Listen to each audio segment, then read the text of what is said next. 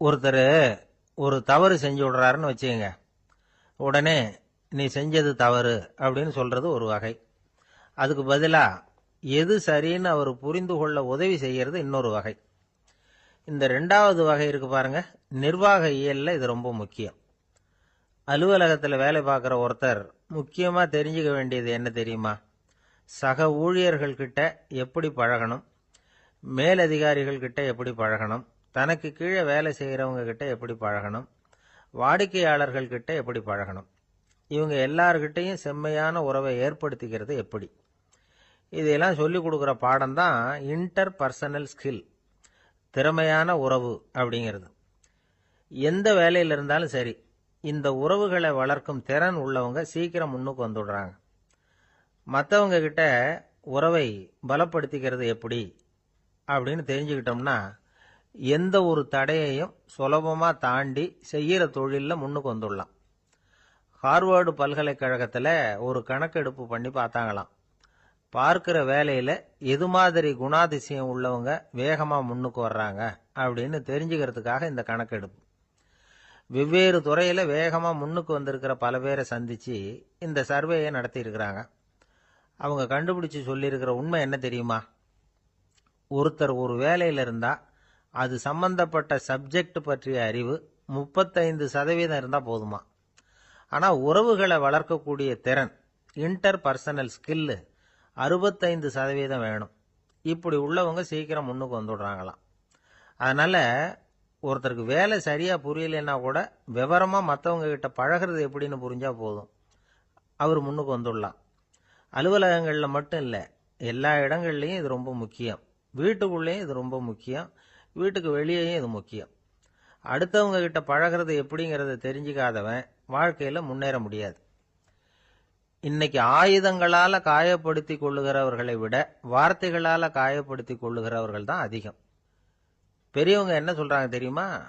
நீங்க இந்த பூமியில பிறந்ததன் அர்த்தம் பூர்த்தி ஆகணும்னா அடுத்தவங்களுக்கு உதவி பண்ணுங்க. அடுத்தவங்களுக்கு உதவி செய்ய முடியாவிட்டால் கூட பரவாயில்லை, ஆனால் யாரையும் புண்படுத்தி விடாதீங்க அப்படின்னு சொல்றாங்க. எனக்கு தெரிஞ்ச ஒருத்தர் ஒரு அலுவலகத்தில் வேலை பார்க்கிறார். அவர் சொல்லுவார், எனக்கு இந்த இன்டர் பர்சனல் ஸ்கில் ரொம்ப அதிகம் சார். சக ஊழியர்கள் கிட்ட ரொம்ப சுமூகமாக நடந்துக்குவேன். என் கூட வேலை பார்க்குற ஒருத்தருக்கு ஏதாவது ஒரு கஷ்டம்னா அந்த சமயத்தில் அவர் செய்ய வேண்டிய வேலையை நான் செஞ்சிருவேன் சார் அப்படிம்பார். நான் அவர்கிட்ட சமீபத்தில் அப்படி ஏதாவது செஞ்சுருக்கீங்களா அப்படின்னு கேட்டேன். செஞ்சுருக்கேன் சார். போன வாரம் புதன்கிழமை ஆஃபீஸில் என் பக்கத்து சீட்டுக்காரருக்கு வயிற்று வலி. உடனே நான் மெடிக்கல் லீவ் போட்டுட்டு எங்கள் வீட்டுக்கு போயிட்டேன் சார் அப்படின்னா. ஒரு மனுஷனுக்கு 3 விதத்தில் கர்வம் உண்டாகிறதுக்கு வாய்ப்பு உண்டு. பணம், பதவி, புகழ். பணம் அதிகமாக வந்தால் கர்வம் வரலாம், பதவி பெருசாக வந்துட்டுதுன்னா கர்வம் வரலாம், புகழ் அதிகமாக போனாலும் கர்வம் வரலாம். இந்த 3 வகையான கர்வத்துக்கும் இடம் கொடுக்காம இருக்கிறாங்க பாருங்க, அவங்க தான் சிறந்த மனிதர்கள். ஒரு பெரிய பொறுப்பில் இருக்கிறவங்களுக்கு கர்வம் வந்துடக்கூடாது. அப்படி வந்துட்டுதுன்னா அது எல்லாருக்கும் இடைஞ்சல். ஒரு ராஜா இருந்தார். அவர் ஒரு நாள் தன்னுடைய தலைநகரத்தை சுற்றி வந்துகிட்டு இருந்தார். ஒரு இடத்துல ஒரு அழகான நிலத்தை பார்த்தார். ஆஹா, இந்த இடத்துல நமக்குன்னு ஒரு மாளிகையை கட்டினா எவ்வளவு நல்லா இருக்கும் அப்படின்னு நினைச்சார். ராஜா நினைச்சா அது முடியாத காரியமா? சரி, இந்த நிலம் யாருக்கு சொந்தம்னு விசாரிங்க அப்படின்னார் பக்கத்தில் இருந்தவங்க கிட்ட. அவங்கெல்லாம் ஓடி போய் விசாரிச்சாங்க. அந்த இடம் ஒரு வயசான கிழவிக்கு சொந்தம், வயசான அம்மாவுக்கு சொந்தமா. அந்த அம்மா தான் அதில் ஒரு குடிசையை போட்டு குடியிருந்துட்டு இருக்கிறாங்க. சரி, அந்த நிலத்துக்கு ஒரு விலையை நிர்ணயம் பண்ணி அதை அந்த வயசான அம்மா கிட்ட கொடுத்துருங்கோ அப்படின்னு உத்தரவு போட்டார் ராஜா. ஆனால் அந்த அம்மா, இது எங்கள் பூர்வீக இடம், இதை விற்க மாட்டேன் அப்படின்னு சொல்லிவிட்டுது. சரி, 2 பங்கு விலை கொடுக்குறோம்னு சொல்லி பாருங்க அப்படின்னாங்க. அப்படியே சொன்னாங்க அரண்மனை ஆட்கள். அதுக்கும் சம்மதிக்கலை அந்த அம்மா. இதை கேள்விப்பட்டதும் ராஜாவுக்கு கோபம் வந்துட்டுது. தன்னுடைய ஆளுங்களை கூப்பிட்டார். போய் அந்த குடிசையை பிரித்து எறிங்க, காசெல்லாம் ஒன்றும் கொடுக்காதீங்க அப்படின்னு கத்தினார். அவ்வளோதான். அடுத்த நிமிஷம் அரண்மனை ஆசாமிகள் போனாங்க, குடிசையை பிரித்து எரிஞ்சாங்க. அந்த வயசான அம்மா இருக்கு, அதுவும் அந்த இடத்த விட்டு துரத்தி விட்டாங்க. அந்த இடத்துல ஒரு அரச மாளிகையை கட்டி முடிச்சுட்டாங்க. அந்த வயசான அம்மா பாவம், ராஜாவே இப்படி பண்ணால் யார்கிட்ட போய் முறையிட முடியும்? ஒரு ஞானி இருந்தார், அவர்கிட்ட போய் சொன்னாங்க. அவரு இவங்க சொன்னதை கேட்டு மனசுல வச்சுக்கிட்டார். ஒரு நாள் அந்த ராஜாவே இந்த ஞானியை கூப்பிட்டார். புதுசா ஒரு மாளிகை கட்டியிருக்கிறேன், வந்து பாருங்கன்னு. சரின்னு சொல்லி இந்த பெரியவர் ஒரு நாள் அந்த மாளிகைக்கு போனார். சும்மா போகல, ஒரு கழுதையையும் ஓட்டிகிட்டு போனார். கொஞ்சம் சாக்குகள், வெத்து சாக்கு, அதையும் எடுத்து கழுதை முதுகில் போட்டு கழுதையை ஓட்டிகிட்டு போறார். ராஜா பார்த்தார். அவருக்கு இது ஆச்சரியமா இருந்தது. என்ன இது, மாளிகைக்கு வந்துட்டு போங்கன்னு கூப்பிட்டா கழுதை சாக்கு இதெல்லாம் கொண்டு வராரே, ஒன்றும் புரியலையேன்னு நினைச்சார். எதுக்காக இதெல்லாம்னு கேட்டார். அரசருடைய தோட்டத்திலிருந்து கொஞ்சம் மண் எடுத்துகிட்டு போகிறதுக்கு ஆசைப்படுறேன், அதுக்கு நீங்கள் அனுமதி கொடுக்கணும் அப்படின்னாரு இவர். இது என்ன வேடிக்கையான கோரிக்கையாக இருக்குது அப்படின்னு நினைச்சார் ராஜா. இருந்தாலும் மண்ணு தானே கேட்குறாரு, எடுத்துகிட்டு போகட்டுமே அப்படின்னு நினைச்சார். சரின்னு அனுமதி கொடுத்தார். அந்த பெரியவர் தோட்டத்துக்கு போனார், மண்ணை வெட்டினார், சாக்கில் போட்டு நிரப்புனார். ராஜாவை கொஞ்சம் கிட்ட வாங்கன்னு கூப்பிட்டார். இந்த மண் மூட்டையை தூக்கி கழுதையோட முதுகில் வைக்கணும், கொஞ்சம் உதவி பண்ணுங்கன்னார். ஓ பண்ணுறேனே அப்படின்னு சொல்லி ராஜா கிட்ட போனார். மூட்டையை தூக்கி பார்க்குறாரு, முடியல, திணறி போயிட்டார். இப்போ அந்த ஞானி பேசினாராம். அரசே, இந்த ஒரு சாக்கு மண்ணையே உங்களால் தூக்க முடியல, அந்த கிழவிகிட்ட இருந்து அந்த அக்கிரமமா அபகரிச்ச இந்த தோட்டம் பூராவையும் சுமக்கணும்னு ஆசைப்படுறீங்களே, அது உங்களால் முடியுமா அப்படின்னு கேட்டாராம். ராஜா யோசனை பண்ண ஆரம்பித்தார். தன்னுடைய செயலுக்காக வருத்தப்பட்டாராம். அந்த வயசான அம்மாவை உடனடியாக வரவழைச்சார். தாயே, தப்பு பண்ணிட்டேன், என்னை மன்னிச்சுக்குங்க, இன்னையிலேருந்து இந்த மாளிகையும் தோட்டமும் உங்களுக்கு தான் சொந்தம் அப்படின்னு சொல்லிவிட்டாராம். போகிறப்ப இந்த உலகத்திலேருந்து என்னத்தை எடுத்துகிட்டு போக போகிறோம், அதனால் ரொம்பவும் அலட்டிக்க வேண்டியதில்லை, கர்வப்பட வேண்டியதில்லை அப்படிங்கிறது ஒரு பெரிய உபதேசம். ஒரு பெரிய மனுஷன் சாக கிடந்தார், ரொம்பவும் அழுதார். ஏன் அழறீங்க அப்படின்னு கேட்டாங்க சுற்றி இருந்தவங்க. நான் சாகிறதுக்காக கவலைப்படலை, நான் நம்ம ஜனங்களுக்காக எவ்வளவோ காரியம்லாம் செஞ்சுக்கிட்டு வந்தேன். நான் செஞ்சுக்கிட்டு வந்த சேவையை இனிமேல் யார் செய்ய போகிறாங்க, அது யாரால முடியும், அதை நினச்சி தான் அழறேன் அப்படின்னாராம். ஒருத்தர் முன்னாடி வந்தார். அதுக்காக நீங்கள் கவலைப்படாதீங்க, உங்கள் சேவையை தொடர்ந்து செய்யறதுக்கு என்ன மாதிரி இளைஞர் பட்டாலும் தயாராக இருக்கு, இருந்தாலும் எங்கள் கவலை என்னன்னா அப்படின்னு இழுத்தார். என்ன சொல்லுங்கன்னு கேட்டார் அவர். நீங்கள் இதுவரைக்கும் என்ன சேவை செஞ்சுக்கிட்டு வந்தீங்க, அதுதான் எங்களுக்கு இன்னமும் புரியாத புதிராக இருக்கு அப்படின்னாராம் அவர். இந்த காலத்து புள்ள ஒருத்தன் தன்னோட அப்பாவை பார்த்து சொன்னான், அப்பா, நான் உனக்கு உதவி செய்யலாம்னு நினைக்கிறேன், என்ன உதவி செய்யணும்னு சொல்லு அப்படின்னா. நீ சும்மா இருந்தா அதுவே எனக்கு செய்கிற பெரிய உதவிடா அப்படின்னார் அப்பா. சும்மா இருக்கிறதும் ஒரு உதவி தான், அது மாதிரி மௌனமும் ஒரு சமூக சேவை தான் அப்படிங்கிறார் காஞ்சி பெரியவர். நமக்கு 5 புலன்கள் இருக்கு, மெய், வாய், கண், மூக்கு, செவி. இந்த 5லேயும் அதிகப்படியான வேலை எதுக்குன்னு நினைக்கிறீங்க? வாய்க்கு தான். ஏன்னா அதுக்கு 2 வேலை. இப்போ கண்ணுக்கு பார்க்கறது மட்டும்தான் வேலை, காதுக்கு கேட்கறது மட்டும்தான் வேலை, மூக்குக்கு வாசனை அறியறது தான் வேலை, உடம்புக்கு உணர்றது மட்டும்தான் வேலை. ஆனால் வாய் அப்படி இல்லை, அதுக்கு 2 வேலை, சாப்பிட்றதும் அதுதான், பேசுறதும் அதுதான். அதாவது வாய் ஒன்று தான் கர்மேந்திரியமாகவும் இருக்குது, ஞானேந்திரியமாகவும் இருக்குது அப்படின்னு சொல்லுவாங்க. சாப்பாட்டில் உட்காந்தா எந்தெந்த ஆகாரம் என்னென்ன ருசின்னு அறிவிக்கிற வேலையும் செய்யுது. சபையில் உட்காந்தா பாடுறது, பேசுறது, சிரிக்கிறது, இது மாதிரியான வேலையும் செய்யுது. இன்னொரு வித்தியாசம், கண்ணு, காது, மூக்கெல்லாம் ஸ்ட்ரெயின் பண்ணிக்கிட்டு வேலை செய்கிறதில்ல. ஒரு ரோஜா பூ பார்த்தா உடனே மூக்கு அப்படியும் இப்படியும் அசைய ஆரம்பிக்கிறதில்ல. ஒரு சங்கீதத்தை கேட்ட உடனே காது ஆட ஆரம்பிக்காது. ஆனால் வாய் அப்படி இல்லை, அது பேசினாலும் சரி சாப்பிட்டாலும் சரி அசைஞ்சு தான் ஆகணும். ஆக மற்றதை விட வாய்க்கு வேலை ஜாஸ்தின்னு தெரியுது. சாப்பிட்றது, பேசுறது அப்படின்னு 2 காரியம் அதுக்கு. இப்படி 2 காரியம் இருக்கிறதுனால அது 2ஐயும் பாதியாக குறைச்சிக்கணுங்கிறது கடவுள் அபிப்பிராயமாக இருக்கணும் அப்படிங்கிறார் காஞ்சி பெரியவர். ஆனால் இப்போ நாம் அப்படியே நடந்துக்கிறோம், அதுக்கு நேர்மாறாக நடந்துக்கிறோம். நாம் சாப்பிட்றதும் அதிகம், பேசுகிறதும் அதிகம், 2 வேலையையும் தேவைக்கு அதிகமாகவே செய்கிறோம். வாய் தான் ரொம்ப ஓவர் ஒர்க்குடு. அதுக்கு ஓய்வு கொடுத்தா உடம்பும் நல்லாயிருக்கும், உலகமும் நல்லாயிருக்கும். மௌன விரதம் இருக்கிறதெல்லாம் எதுக்காக நினைக்கிறீங்க? இதுக்காக தான். இந்த காலத்தில் மௌனமாக இருக்கிறவங்கெல்லாம் மகத்தான தொண்டு செய்கிறாங்க அப்படின்னு தான் சொல்லணும். சத்தம் அதிகமாக போய் தான் சவுண்டு பொல்யூஷன் வருது. அது மட்டும் இல்லை, மௌனமாக இருந்தால் சண்டை சச்சரவே வராது. மௌனம் கலக நாஸ்தி. ஆக இதுவும் ஒரு சமூக சேவை தான். நமக்கு தான் வாய் இருக்குதுங்கிறதுக்காக வசமாக சாப்பிட்றதும் தப்பு, வளவளன்னு பேசுறதும் தப்பு. ஒரு கருத்தை சொல்கிறதுக்கு ஒரே ஒரு சொல்லு போதும் அப்படின்னு இருக்கும்பொழுது 2 சொற்களை செலவு பண்ணாதே.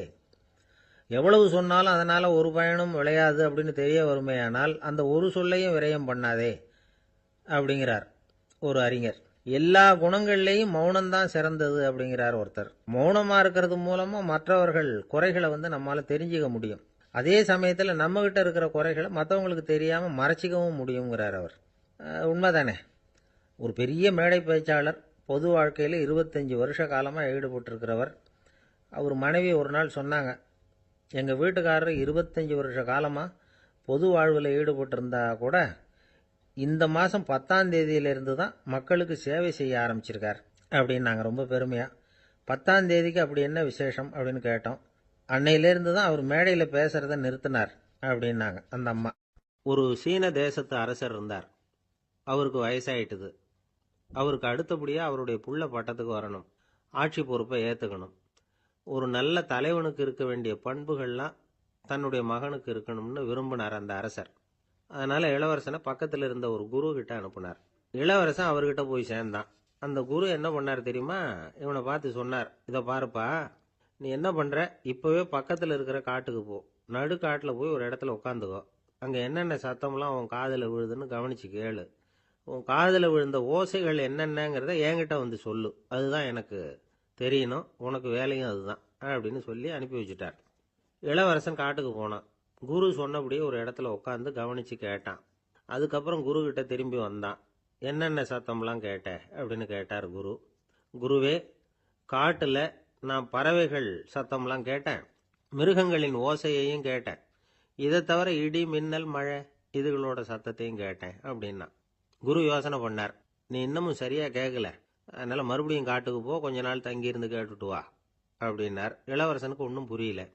இருந்தாலும் குருவின் கட்டளையாச்சே, மறுக்க முடியுமா? உடனே அவன் மறுபடியும் காட்டுக்கு போனான். ஒரு இடத்துல உட்காந்தான். கொஞ்ச நேரம் உன்னிப்பாக கவனித்து கேட்டான். சில நாள் கழித்து குரு கிட்ட திரும்பி வந்தான். குருவே, இந்த தடவை சில துல்லியமான சத்தங்களை எல்லாம் கேட்டான். தேனீ பறக்கிற சத்தம், நீரோடையின் மெல்லிய ஓசை, இதெல்லாம் கேட்டேன்னா. குரு சிரிச்சார். நீ மறுபடியும் காட்டுக்கு போ, இன்னும் சில நாள் அங்கே இரு, முழுமையாக கவனமாக கேட்டுக்கிட்டு வா அப்படின்னு சொல்லி அனுப்பி வச்சுட்டார். இளவரசனுக்கு குழப்பம் அதிகமாயிட்டுது. ஒன்றுமே புரியல. மறுபடியும் காட்டுக்கு போனான். மௌனமாக ஒரு இடத்துல உட்காந்துட்டான். அப்படியே தியானத்தில் ஆழ்ந்துட்டான். சில நாளில் அவனுக்கு இதுவரை கேட்காத ஓசைகள்லாம் கேட்க ஆரம்பிச்சிட்டுது. இதைத்தான் நான் கேட்கணும்னு என்னுடைய குரு எதிர்பார்த்துருக்கிறாருங்கிறத புரிஞ்சுக்கிட்டான்.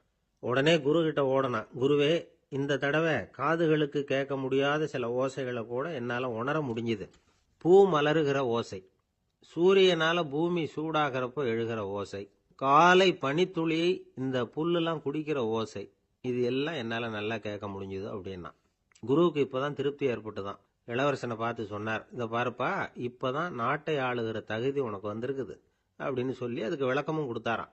எந்த அரசன் தன்னுடைய மக்களின் இதயம் பேசுகிற மௌன மொழியை, மௌன வார்த்தைகளை கேட்குறானோ அவன்தான் ஆள தகுதி உள்ளவன். எந்த அரசன் தன்னுடைய மக்களின் உணர்ச்சிகளை உண்மையாக உணர்றானோ அவன்தான் முதன்மையான அரசன். போலி வார்த்தைகளை மட்டும் கேட்டுட்டு பல மௌன ராகங்களை காதில் வாங்கிக்காதவன் அரசனே இல்லை. எந்த நாட்டில் எப்போ ஒரு அரசன் தன்னுடைய மக்களின் உணர்ச்சிகளை கேட்க மறுக்கிறானோ அன்னையிலிருந்தே அந்த நாடு அழிய தொடங்குது அப்படின்னு அர்த்தம். இதுதான் அந்த குரு இளவரசனுக்கு போதிச்சது. வாயால் பேசுறத மட்டும் கேட்டு ஏமாறக்கூடாது, உணர்ச்சிகளையும் கேட்கறதுல தான் மனப்பக்குவம் உண்டாகும். மக்கள் உணர்ச்சிகளை புரிந்து கொள்ளாத அரசர்கள் நீடிச்சிருக்க முடியாது. அது மாதிரி நாடுகளில் அடிக்கடி குழப்பம் தான் உண்டாகும். அப்படி இருந்தா அடிக்கடி ஆட்சி மாறிக்கிட்டு இருக்கும். அப்படிப்பட்ட ஒரு தேசம், அங்கே ஒரு சிறைச்சாலையில் 3 கைதிகள் பேசிக்கிட்டு இருந்தாங்க. ஒருத்தன் சொன்னான், நான் இந்த நாட்டு ராஜாவை எதிர்த்து பேசிக்கிட்டு இருந்தேன், அதனால் என்னை பிடிச்சி கொண்டாந்து இங்கே போட்டுட்டாங்க அப்படின்னா ஒருத்தன். இன்னொருத்தன் சொன்னான், நான் இந்த நாட்டு ராஜாவை ஆதரித்து பேசிக்கிட்டு இருந்தேன், அதனால் என்னை பிடிச்சி கொண்டாந்து இங்கே தள்ளிவிட்டாங்க அப்படின்னா. அது சரி, நீ என்ன தப்பு பண்ண அப்படின்னு சொல்லி 3வது ஆளை பார்த்து இவங்க கேட்டாங்க. அதுக்கு அந்த ஆள் சொல்கிறான், நான் தான் இந்த நாட்டு ராஜா அப்படின்னா. ஒரு ஊரில் ஒரு பெரிய ஞானி இருந்தார். அவர் படுக்கையில் இருந்தார். இன்னும் கொஞ்ச நேரம்தான் அவர் இந்த உலகத்தில் இருக்க போகிறார். அவரை சுற்றி ஏகப்பட்ட கூட்டம். ஏற்கனவே அவருடைய உபதேசங்களை கேட்டவங்க பல பேர் அவரை சுற்றி நிற்கிறாங்க. அந்த ஞானி மெதுவாக கண்ணை திறந்து பார்க்குறார். எல்லாரும் அவருடைய கடைசி வார்த்தையை கேட்கறதுக்காக அவளோட காத்துக்கிட்டு இருக்கிறாங்க. அந்த ஞானி மெதுவாக பேச ஆரம்பித்தார். நான் என்னுடைய வாழ்நாள் பூராவும் உங்களுக்கு நிறைய போதனைகள் சொல்லிக்கிட்டு இருக்கிறேன். பேரானந்தம், மகிழ்ச்சி, தியானத்தன்மை, இதை பற்றியெல்லாம் சொல்லியிருக்கிறேன். இப்போ நான் வேற ஒரு கரைக்கு போய்கிட்டு இருக்கிறேன். நான் இனிமே இந்த கரையில் இருக்க மாட்டேன். நீங்க நான் சொன்னதையெல்லாம் கேட்டீங்க. ஆனா எதையும் நீங்க நடைமுறைப்படுத்தி பார்க்கல. எல்லாம் கேட்டதோட சரி, அதோட விட்டுட்டீங்க. அப்புறம் அதை தள்ளி போட்டுக்கிட்டே வந்துட்டீங்க. மேலும் அதை தள்ளி போடுறதுல எந்த பிரயோஜனமும் கிடையாது. இப்போ நான் போய்கிட்டு இருக்கிறேன். உங்களில் யாராவது என்னோட வர்றதுக்கு தயாரா அப்படின்னு கேட்டார். அவ்வளவுதான். யாரும் வாயை திறக்கல. ஒரே மௌனம், சத்தமே இல்லை. ஒருத்தர் ஒருத்தர் பார்த்துக்கிட்டே நிற்கிறாங்க. அந்த கூட்டத்தில் ஒரு ஆள் அந்த ஞானி கூடவே 40 வருஷத்துக்கு மேலே இருந்திருக்கிறான். அவனும் வாயை திறக்காம இன்னொருத்தன் முகத்தை பார்த்துக்கிட்டே நிற்கிறான். இந்த சமயத்தில் பின்னாடி நின்றுட்டு இருந்த ஒருத்தன் கையை தூக்கினான். ஞானி அவனை பார்த்தார். சரி, ஒருத்தனுக்காவது நம்மோட வர்றதுக்கு தைரியம் இருக்குது அப்படின்னு நினைச்சார். ஆனால் அந்த ஆள் என்ன சொன்னான் தெரியுமா? ஐயா, நீங்கள் கேட்குறப்போ நான் உடனே எழுந்திருக்கல, கையை மட்டும்தான் தூக்கினேன். என்ன காரணம்னா, நான் எப்படி அடுத்த கரைக்கு வந்து சேர்றதுங்கிறது தெரிஞ்சுக்கிறதுக்காகத்தான். அந்த விவரத்தை மட்டும் இப்போ உங்ககிட்ட இருந்து நான் தெரிஞ்சுக்க ஆசைப்படுறேன். ஏன்னா இப்போ நான் உங்கள் கூட வர்றதுக்கு தயாராக இல்லை. எவ்வளவோ காரியங்களை நான் இன்னும் இங்கே முடிக்க வேண்டி இருக்குது. வீட்டுக்கு ஒரு விருந்தினர் வந்திருக்கிறார். என்னுடைய இளைய மகனுக்கு கல்யாணம் பண்ணி வைக்கணும். அதனால் இன்னைக்கு உங்கள் கூட வர முடியாது. அது மட்டும் இல்லை, இப்போ உங்கள் கூட அடுத்த கரைக்கு வந்தால் திரும்பி வர முடியாதுன்னு வேற சொல்கிறீங்க. அதனால் இப்போ நான் வரல. இன்னொரு நாள் நிச்சயமாக நான் வர்றேங்க, வந்து உங்களை சந்திக்கிறேன். அதனால் இப்போ நீங்கள் இன்னொரு தடவை எங்களுக்கு விளக்கமாக சொல்லணும். ஏற்கனவே பல தடவை சொல்லியிருக்கிறீங்க.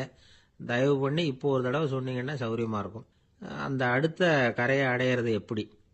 இப்போ ஒரு தடவை அதை விளக்கமாக சொல்லிட்டீங்கன்னா நல்லா ஞாபகப்படுத்திக்குவேன். அது சரியான சமயம் வர்றப்போ இது எனக்கு உதவியாக இருக்கும் அப்படின்னு நானா. ஆனால் உண்மை என்ன தெரியுமா? அந்த சரியான சமயம் வரவே இல்லை அப்படிங்கிறது தான் உண்மை. இப்படி அந்த கதை முடியும். இந்த கதை அந்த ஒரு ஆளுக்கு மட்டும் இல்லை, கிட்டத்தட்ட எல்லாருக்குமே அது பொருந்தும் அப்படிங்கிறாங்க விவரம் தெரிஞ்சவங்க. எல்லாருமே அந்த சரியான தருணத்துக்காகத்தான் காத்துக்கிட்டு இருக்கிறாங்களாம். அதுக்காக ஜோசியம் பார்க்குறாங்க, கைரேகை பார்க்குறாங்க. நாளைக்கு என்ன நடக்குங்கிற ஆவலில் எல்லாரும் காத்துக்கிட்டு இருக்கிறாங்க. ஆனால் அந்த ஒரு நாள் ஒருபோதும் வரப்போகிறதில்ல. நீங்கள் தள்ளி போடுறதுக்காக பல அர்த்தமில்லாத காரணங்களை தேடுறீங்க அப்படிங்கிறார் ஒரு ஞானி. காத்திருக்கிறதுலேயே நம்ம காலம் ஓடி போயிடுது. ஏன்னா இன்னைக்கு நாம் சிந்திக்கிறது நாளைக்கு நாம் சிந்திக்கிறது இல்லை. ஒவ்வொரு நாளும் ஒவ்வொரு மாதிரி போயிடுது. நாளைக்கு மறுநாளை பற்றியே சிந்திக்கிறோம். இப்படியே அது பாட்டுக்கு போயிடும். கரையை தொட்டு பார்க்கறது எப்போ? இதுதான் கேள்வி. நமக்கு வேண்டியப்பட்ட ஒருத்தர் ஒரு ரயில்வே பிளாட்ஃபாரத்தில் நின்றுட்டு இருக்கிறார். அங்கே இருக்கிறவங்க கிட்ட கேட்குறாராம், விசாரிக்கிறார். ஏங்க கிழக்க போகிற ரயில் போயிட்டுதுங்களான்னாராம். போயிட்டுதுன்னு இருக்கிறாங்க. கொஞ்ச நேரம் கழிச்சு, ஏங்க மேற்க போகிற ரயில் போயிட்டுதுங்களான்னு கேட்டிருக்காரு. போயிட்டுதுங்களான் இருக்காங்க. அப்புறம் கொஞ்ச நேரம் கழிச்சு மறுபடியும் ஏங்க 10:30 மணி வண்டி போயிட்டுதான்னு கேட்டிருக்காரு. தொடர்ந்து காலையிலேருந்து சாயந்தரம் வரைக்கும் இப்படி ஒரே இடத்துல நின்றுட்டு கேட்டுக்கிட்டே இருக்கிறார். இதை பார்த்துக்கிட்டு இருந்த ஒருத்தர் அவர்கிட்ட ஏங்க நீங்கள் எங்கே போகணும் அப்படின்னு கேட்டாராம். இவர் மெதுவாக சொன்னாராம், இந்த ரயில்வே லைனை தாண்டி அந்த பக்கம் போகணும் அப்படின்னாராம். ஒருத்தன் எப்படி நடந்துக்கிறாங்கிறத வச்சு தான் அந்த ஆள் எப்படிங்கிறத நாம் முடிவு பண்ணுறோம். ஆளுமைன்னு சொல்கிறோம்ல, அதுக்கு சூழ்நிலைகளை ஆளுகின்ற தன்மை அப்படின்னு விளக்கம் கொடுக்கிறார் ஒரு உளவியல் நிபுணர். சரி, ஒரு மனிதனுடைய ஆளுமையை உருவாக்குகிற விஷயங்கள் என்னென்ன? பிறப்பு, வளர்க்கப்பட்ட விதம், படிப்பு, நண்பர்கள், சமுதாயம், இப்படி நிறைய உண்டு. ஆளுமையின் அடிப்படையில் சில மனநோய்கள் உண்டாகுது. அதெல்லாம் என்னென்னங்கிறத தெரிஞ்சு வச்சுக்கிட்டோம்னா நம்ம கூட இருக்கிறவங்களை அடையாளம் கண்டுபிடிக்கிறதுக்கு அது ரொம்ப உபயோகமாக இருக்கும். ஃப்ரெனாய்டு ஆளுமை அப்படின்னு ஒன்று. இந்த கோளாறு உள்ளவங்க எப்படி இருப்பாங்க தெரியுமா? அதிக உணர்ச்சி, சந்தேகம், பொறாமை இதெல்லாம் அதிகமாக இருக்கும். வளைஞ்சு கொடுக்க மாட்டாங்க. அடுத்தவங்களோட இணக்கமான உறவு இருக்காது. அவங்க செய்கிற தப்புக்கெல்லாம் அடுத்தவங்களை குறை சொல்லிட்டு இருப்பாங்க. இது ஒரு ரகம். அடுத்தது ஸ்கிசாய்டு ஆளுமை அப்படின்னு சொல்கிறாங்க. இந்த கோளாறு உள்ளவங்க அடுத்தவங்களோட பழக கூச்சப்படுவாங்க. சின்ன வயசுலேயே இது ஆரம்பமாயிடுது. பகல் கனவுலேயே சஞ்சரிப்பாங்க. அவங்களுடைய விரோதம், கோபம் இதை கூட வெளியில் காட்டிக்க முடியாமல் இருப்பாங்க. இவங்களுக்கு அகமுகம், பிரச்சனைகள்லேருந்து ஒதுங்கி எதுலேயும் ஈடுபாடு இல்லாதவங்களா இருப்பாங்க. இப்படி ஒரு ரகம். அடுத்தது சைக்ளோதமிக் ஆளுமை அப்படின்னு சொல்கிறாங்க. அது என்னன்னா, உணர்ச்சிகளில் ஏற்றத்தாழ்வு அதிகமாக இருக்குமா. சில சமயம் பார்த்தா மகிழ்ச்சியாக இருப்பாங்க, சில சமயம் சோகமாக உட்காந்துருப்பாங்க. அவங்க மனநிலைக்கு தகுந்த மாதிரி சமூக நிகழ்ச்சிகளில் பங்கெடுத்துக்குவாங்க. இன்னொரு வகை என்னன்னா, எண்ண பீடிகை ஆளுமை அப்படின்னு பேர் வச்சிருக்கிறாங்க. அதுக்கு இவங்களுக்கெல்லாம் கரெக்டாக இருக்கணும். எல்லாம் சட்டத்திட்டம், இதுலேயும் ஒரு ஒழுங்குமுறை, இப்படி எதிர்பார்க்குற மனோபாவம். இவங்க எதிர்பார்ப்புக்கும் வரன்முறைக்கும் மற்றவங்க கட்டுப்படணும்னு நினைப்பாங்க. இந்த நிலைமை நீடிச்சா என்ன ஆகும் தெரியுமா? அலைக்கழிக்கிற எண்ணங்கள் திரும்ப திரும்ப ஒரே செயலை செய்ய தூண்டுற மன தளர்ச்சிக்கு ஆளாயிடுறாங்க. அடுத்தது ஹிஸ்டீரியா ஆளுமை. சின்ன விஷயத்தையெல்லாம் பெருசுபடுத்தி நாடகமாக்குற நடிகர்கள் இவங்க. உணர்ச்சி அதிகம் உள்ளவங்க. இவங்க மன எழுச்சியில் பக்குவமின்மை, குழந்தைத்தனம், முதிர்ச்சியின்மை எல்லாம் இருக்கும். தன்னலம் மிக்க குணம். பிறர் தன்னை மட்டுமே கவனிக்கணும்னு நினச்சி செயல்படுறது, இதெல்லாம் இவங்க அடையாளம். அடுத்த ரகம் எப்படின்னா வளர்ச்சியற்ற ஆளுமைன்னு சொல்கிறாங்க. அடுத்தவங்களோட இணங்கி போக முடியாதவங்க, அறிவு, மன எழுச்சி, சமூக உறவு இதில் எல்லாம் போதுமான வளர்ச்சியையும் நிறைவையும் பெற முடியாதவங்க. இவங்களால வாழ்க்கையில் முன்னேற முடியாது. பிச்சைக்காரங்க, குற்றவாளிகள் இவங்க கிட்டெல்லாம் இது மாதிரியான ஆளுமை அதிகமாக இருக்குமா. அடுத்தது என்னென்னா சோர்வுடைய ஆளுமை. எதுலேயும் உற்சாகம் இல்லாமல் சோர்ந்து போயிருப்பாங்க. அதுக்கெல்லாம் நமக்கு வலிமை இல்லைப்பா அப்படின்னு சொல்லிட்டு இருப்பாங்க. சின்ன விஷயங்களுக்கெல்லாம் அதிர்ச்சி அடையிறது, வாழ்வின் சுவையை அனுபவிக்க முடியாதவங்க. இன்னொரு ரகம் இது கொதித்தெழும் ஆளுமைங்கிறாங்க. எதுக்கு எடுத்தாலும் ஆத்திரம், குரோதம், வன் செயல் இதுல எல்லாம் ஈடுபாடு இப்படி உள்ளவங்க. நத்தை வகை ஆளுமை அப்படின்னு ஒன்று. அடுத்தவங்க மேலே விரோதம் இருக்கும், அடிக்கணுங்கிற எண்ணம் இருக்கும். ஆனால் அதை அப்படியே வெளியில் காட்டாமல் அதே சமயம் அமைதியான முறையில் வெறுப்பை வெளிக்காட்டுற ரகம். இவங்கெல்லாம் பேசாமல் கம்முன்னு இருந்துக்கிட்டே நினைச்சதை நிறைவேற்றிக்கிறவாங்க. முன்ஜாக்கிரதை ஆளுமை அப்படின்னு ஒரு ரகமா. பாதுகாப்பின்மை, சந்தேகம், முழுமையின்மை, அறவேக்காட்டுத்தனம் இந்த மனப்போக்கு அதிகமாக இருக்கிறதுனால அகம்பாவம், புடிவாதம், எச்சரிக்கை எல்லாம் அளவுக்கு மீறி இருக்கும். இதுவரைக்கும் நாம் பேசிக்கிட்டு இருந்த ஆளுமை பண்புகள் அளவுக்கு அதிகமாக போயிட்டுதுன்னா ஆளுமை கோளாறுகள் ஏற்படும். அதன் அடிப்படையில் மனவியாதிகள் வருமா. அதனால் இணக்கமான, எல்லாரும் விரும்புகிற இயல்பான ஆளுமையை பெறுவதற்கு நாம் முயற்சி செய்யணும் அப்படிங்கிறது மனோதத்துவ நிபுணர்களுடைய ஆலோசனை. ஒருத்தர் ஒரு மனோதத்துவ டாக்டரை தேடிட்டு வந்தாராம். டாக்டர், எனக்கு மனசில் ஏதோ வியாதி, ஆளுமை கோளாறு, அதாவது எனக்கு சீக்கிரமாக செத்து போனால் தேவையில்லைன்னு தோணுது அப்படின்னாராம். உடனே அந்த டாக்டர், சரி அப்படின்னா இங்கே இருங்க, நான் வைத்தியம் பார்க்குறேன் அப்படின்னு. ஒரு நண்பர் அவர்கிட்ட பேசிக்கிட்டு இருந்தேன். மனித உறவுகள் பற்றி அவர் சொல்லிகிட்டு இருந்தார். அமெரிக்காவில் தந்தை மகன் உறவு எப்படி இருக்குது அப்படிங்கிறத விளக்கிறதுக்கு அவர் ஒரு கதையை சொன்னார். ஒரு அப்பா பகல் பூராவும் அலுவலகத்தில் வேலை, ஓடி ஆடி உழைச்சிக்கிட்டு களைச்சி போய் ராத்திரி 10 மணிக்கு மேலே வீடு திரும்பினான். வீட்டு வாசலில் அவரோட மகன் காத்துக்கிட்டு இருக்கிறான். இன்னமும் தூங்கலை. அப்பாவை வாசல்லையே தடுத்து நிறுத்தி, அப்பா உனக்கு சம்பளம் எவ்வளவு அப்படின்னு கேட்குறான். ஏற்கனவே ஆஃபீஸ் பிரச்சனைகளால் அலுத்து போய் திரும்புகிற அப்பாவுக்கு கோவம் வந்துடுது. என்னடா இப்படிலாம் கேளுன்னு உங்கள் அம்மா உனக்கு சொல்லி கொடுத்தாளா அப்படின்னு சொல்லிட்டு உள்ளே போய் சட்டையை கட்டி மாட்டிவிட்டு குளிச்சுவிட்டு மறுபடியும் வெளியில் உடையை மாற்றுகிற சமயம் அப்போ மறுபடியும் மகன் உள்ளே நிற்கிறான் அவர் முன்னாடியே. அப்பா உனக்கு எவ்வளவு சம்பளங்கிறான் மறுபடியும். அப்பாவுக்கு எரிச்சல் அதிகமாகிட்டுது. மணிக்கு $20 போதுமா அப்படின்னார். அப்படின்னா எனக்கு ஒரு $10 தர முடியுமான்னா மகன். இதுக்கு தான் என் சம்பளம் எவ்வளவுன்னு கேட்டியா? 2ஆம் வகுப்பு படிக்கிற உனக்கு எதுக்குடா $10 அப்படின்னு கத்திவிட்டு தொலைக்காட்சி பெட்டியின் முன்னாடி போய் உட்காந்துக்கிட்டு ஏதோ நிகழ்ச்சியை பார்க்க ஆரம்பிச்சிட்டார். கொஞ்ச நேரம் கழித்து மறுபடியும் மகன் நிற்கிறான். அப்பா ப்ளீஸ் எனக்கு ஒரு $10 கொடுக்க முடியுமா? மகனுடைய கண்களில் கண்ணீர். என்னடா அவன் கண்ணீரை காட்டி காரியம் சாதிக்கலாம்னு பார்க்குறியா? ஒரு காசு கூட கொடுக்க மாட்டான் போ அப்படின்னு விரட்டி விட்டான். மகன் கண்ணீரை தொடச்சிக்கிட்டே கண்ணை தொடச்சிக்கிட்டு பேசாமல் போய் படுத்துக்கிட்டானா. கொஞ்ச நேரம் ஆச்சு. அப்பாவோட கோபம் கொஞ்சம் கொஞ்சமாக குறைஞ்சிது. பிள்ளைகிட்ட கோபமாக கத்துனது தப்பு தாங்கிறது புரிஞ்சுது அவனுக்கு. எழுந்திரிச்சு போனான், படுக்கை இறக்கி போனான். மகனை பார்த்தான். அவன் தலையணையை கட்டி பிடிச்சிக்கிட்டு அழுதுகிட்டு இருக்கிறான். அவனை மெல்ல நெருங்கி அவங்ககிட்ட எதமாக பேசுறதுக்கு ஆரம்பித்தானான். எதுக்குடா உனக்கு $10 பள்ளிக்கூடத்தில் கேட்டாங்களா அப்படின்னு கேட்டானான். மகன் சொல்லியிருக்கான், இல்லை டாடி, உனக்கு 1 மணி நேரம் சம்பளம் $20ன்னு சொன்னேன். நீ ஏற்கனவே எனக்கு கொடுத்த பாக்கெட் மணி $10 என்கிட்ட இருக்கு. இப்போ நீ இன்னொரு $10 கொடுத்தீங்கன்னா அதையும் சேர்த்து $20 ஆகிடும். அந்த $20 நான் உனக்கு கொடுத்துருவேன். அப்படி கொடுத்தா நீ என் கூட 1 மணி நேரம் செலவழிப்ப இல்லையா? அதுக்காக தான் $10 கேட்டேன் அப்படின்னு சொன்னானான். அந்த அப்பா கண்ணு கலங்கி போச்சான். ஆதரவோடு தன்னுடைய மகனை கட்டி பிடிச்சி அழ ஆரம்பிச்சுட்டாராம். இதுதான் நண்பர் சொன்ன கதை. அமெரிக்கா மட்டும் இல்லை, உலகம் பூராவும் இன்னைக்கு மனித உறவுகள் இப்படி தான் மாறிட்டு இருக்கு. பெரியவர்கள் அறிவுரை என்ன தெரியுமா? உங்கள் குழந்தைகளிடமிருந்து குழந்தை பருவத்தை பிரித்து விடாதீர்கள் அப்படிங்கிறது தான். அதாவது இன்றைய குழந்தைகள் தங்கள் பிருந்தாவனத்தை இழந்து விடுகிறார்கள் அப்படிங்கிறது அவங்களுடைய கருத்து. இந்த நிலைக்கு நாம் காரணமாக இருந்துடக்கூடாது. குழந்தைகளோட விளையாடுவோம், குடும்பத்தோட உறவாடுவோம் அப்படிங்கிறது தான் நம்முடைய நோக்கமாக இருக்கணும். இன்றைய உறவு முறைக்கு இன்னொரு உதாரணம் சொல்லுவாங்க. ஒருத்தர் வந்தாராம், அவர் பக்கத்தில் ஒரு சின்ன பையன்.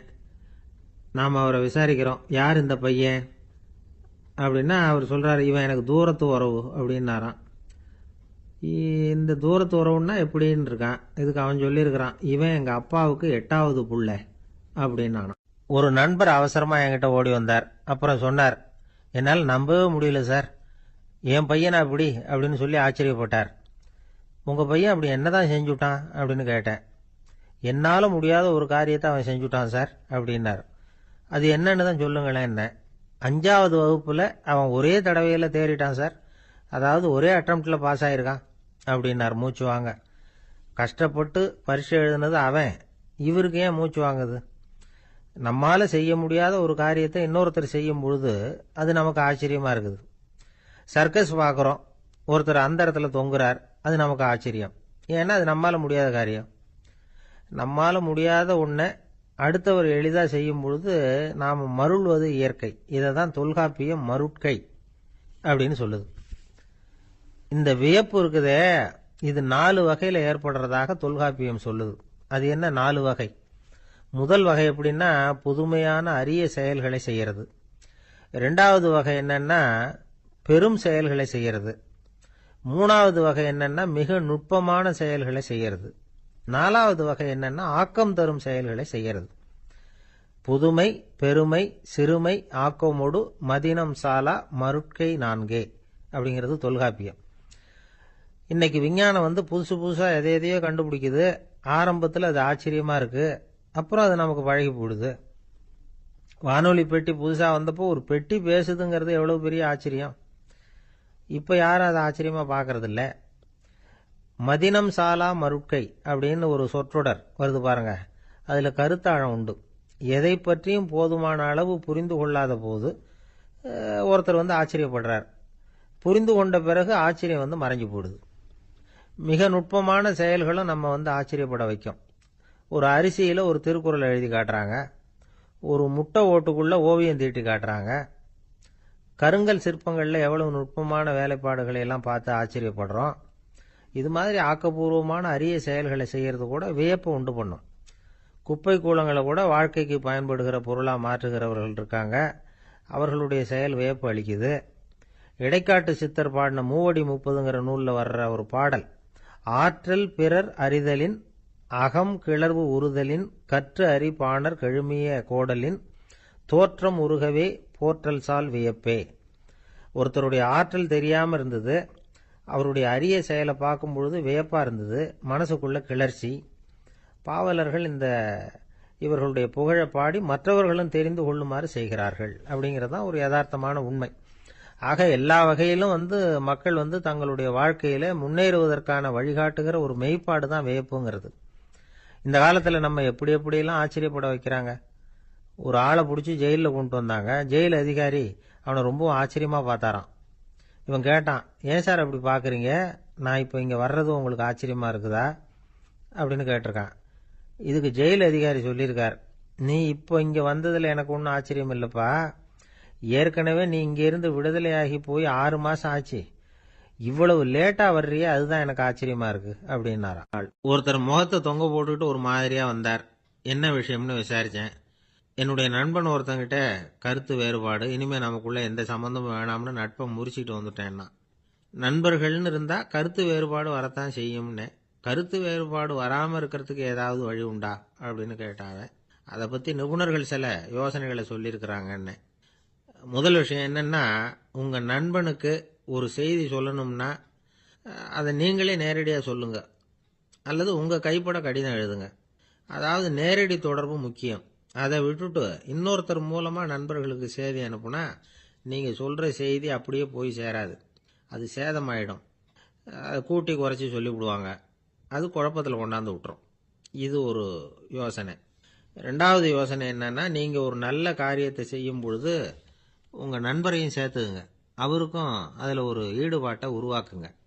3வது யோசனை, நம்ம பக்கத்தில் இருக்கிற நண்பர் மகிழ்ச்சி அடைகிற மாதிரி ஏதாவது செய்யணும். சின்ன சின்ன செயல்களாக இருந்தாலும் பரவாயில்ல, அவர் நமக்கு எதுவும் செய்யலையே, நாம் எதுக்கு செய்யணும் அப்படின்னு நினச்சிக்கிட்டு இருக்கக்கூடாது. 4வது யோசனை என்னன்னா, உங்களுக்கு ஒரு பிரச்சனையா அல்லது உங்கள் நண்பருக்கு ஒரு பிரச்சனையா, எதுவாக இருந்தாலும் 2 பேரும் சேர்ந்து உட்காந்து ஆலோசனை பண்ணுங்க. நம்ம யோசனையும் கேட்கப்படுதே அப்படிங்கிற நினைப்பே அவருக்கு ஒரு மன நிறைவை உண்டாக்குமா.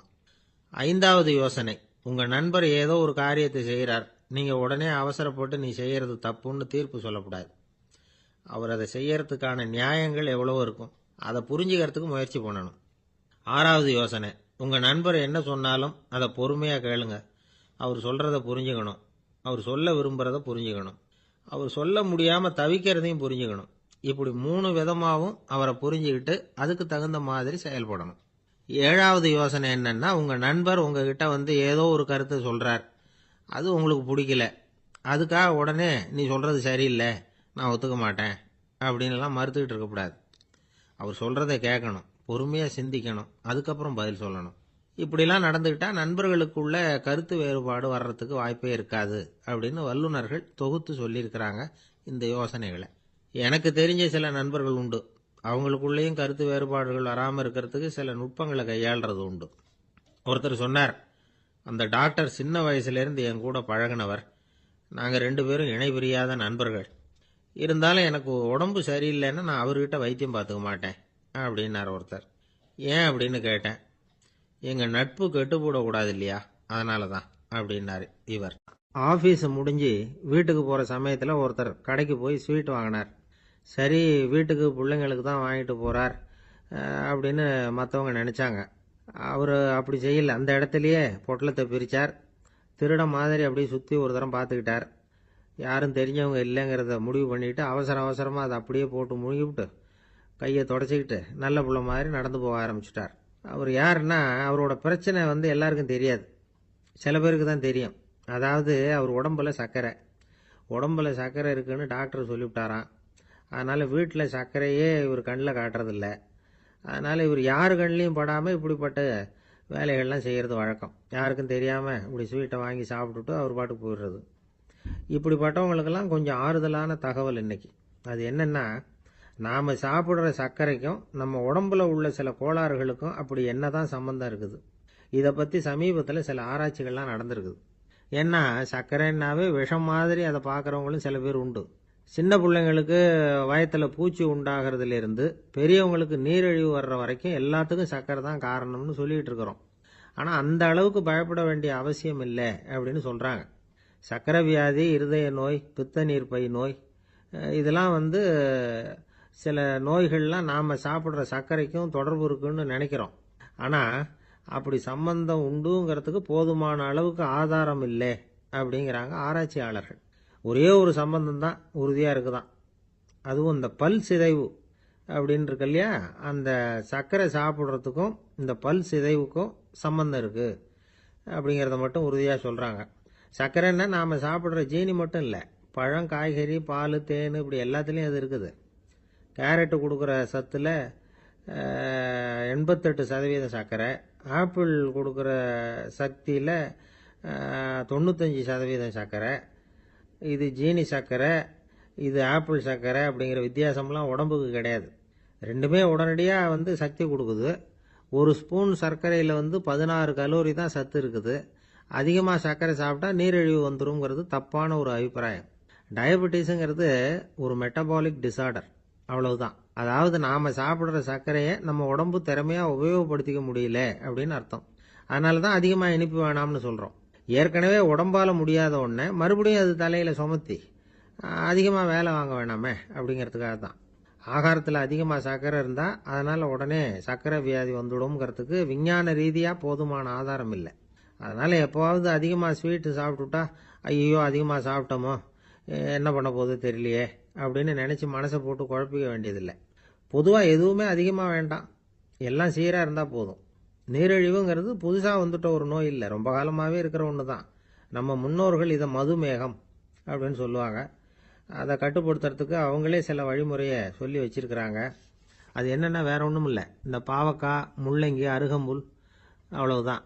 வெள்ளை முள்ளங்கி இருக்குல்ல, அதை வாரத்துக்கு 3 நாள் சாப்பிட்டுக்கிட்டு வாங்க. நூலுக்கோல் ரொம்ப நல்லது. இல்லைன்னா முள்ளங்கி சாறு 1 ounce சாப்பிட்டுட்டு வரலாம். ரத்தத்தில் சேர்ற சர்க்கரை அளவு இதெல்லாம் கட்டுப்படுத்துது. சிறுநீரில் காணப்படுகிற சர்க்கரை அளவையும் சமநிலைப்படுத்துது. தினமும் ஆகாரத்தில் கோதுமை, கேழ்வரகு, வெந்தயம், கருவேப்பிலை, சோயாபீன்ஸ் எது கிடைக்குதோ சேர்த்துக்கலாம். இப்படிலாம் செஞ்சுக்கிட்டு வந்தால் அப்புறம் வீட்டுக்கு தெரியாமல் கடையில் போய் நின்றுட்டு ஸ்வீட் வாங்கி திருட்டுத்தனமாக சாப்பிட வேண்டிய அவசியமே உங்களுக்கு வராது. 2 ஆசாமிகள் கடற்கரையில் உட்காந்து சாவகாசமாக பேசிக்கிட்டு இருந்தாங்களாம். ஒருத்தர் சொன்னார், இன்னொருத்தருக்கு தெரியாமல் ஸ்வீட்டு சாப்பிட்றதே எப்பவும் இடைஞ்சல் தான் சார். நேற்றுக்கு பாருங்கள் அப்படி தான் சாப்பிட்டுக்கிட்டு இருந்தேன், வீட்டுக்காரி கண்ணில் போட்டுவிட்டுது, அதுக்கப்புறம் ஒரே ரகலையாக போச்சு அப்படின்னாராம். எனக்கு கூட அப்படி தான் சார் ஆகிட்டுது, ஒரே ரகலை அப்படின்னாராம் இன்னொருத்தர். நீங்கள் சாப்பிட்டதும் உங்கள் வீட்டுக்காரங்க கண்ணில் போட்டுவிட்டுதா சார் அப்படின்னு கேட்டிருக்காரு இவர். அதுக்கு அவர் சொன்னாராம், அப்படி இல்லை சார், கடைக்காரர் கண்ணில் போட்டுவிட்டுதோ, நான் அவருக்கு தெரியாமல் அந்த ஸ்வீட்டை அவர் கடையிலேருந்து எடுத்திருந்தேன் அப்படின்னு விளக்கம் கொடுத்தாராம். இந்த ஒரு அம்மா தெருவில் உட்காந்து என்னத்தையோ தேடிட்டு இருக்கிறாங்க. அந்த அம்மா ஒரு சூஃபி ஞானி. அவங்க பேர் என்னன்னா ரபியா அல் அடாவியா. அந்த அம்மாவுக்கு கண் கூட தெளிவாக தெரியாது. அந்த பக்கமாக வந்த சில பேர் இவங்களுக்கு உதவி செய்யறதுக்காக வந்தாங்க. என்ன தேடிட்டு இருக்கிறீங்க அப்படின்னு கேட்டாங்க.